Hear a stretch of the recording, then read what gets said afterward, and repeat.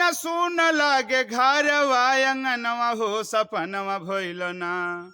तोहरे बिना सुन लागे घरवा अंगनवा हो सपनवा भइल ना।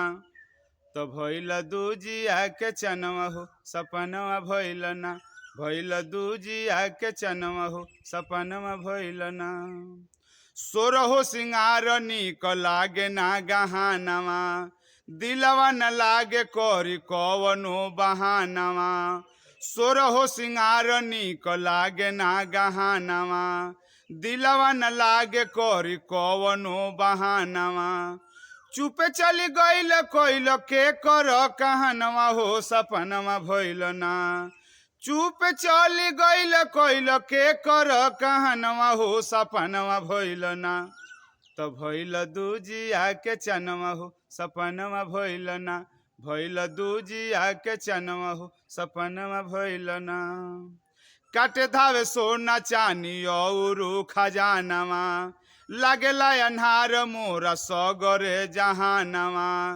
काटे धावे सोना चानी और खजानवा। लागेला अन्हार मोरा सगरे जहानवा। छोड़ के चली गईल जब से बाबा के भवनवा हो सपनवा भइल ना। छोड़ के चली गईल जब से बाबा के भवनवा हो सपनवा भइल ना। तो भइल दूजिया के चनवा हो सपनवा भइल ना। भइल दूजिया के चनवा हो सपनवा भइल ना। कौशल करे जा पिया सुन हो सजानवा। तरे बिना हरदम उदास रहे मानवा। कौशल करे जा पिया सुन हो सजानवा। तरे बिना हरदम उदास रहे मानवा। कहीं नहीं लौके तोहर सुंदर बदनवा हो सपनवा भइल ना। कहीं नहीं लौके तोहर सुंदर बदनवा हो सपनवा भइल ना।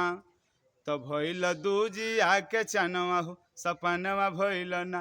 भइल दूजिया के चनवा हो सपनवा भइल ना।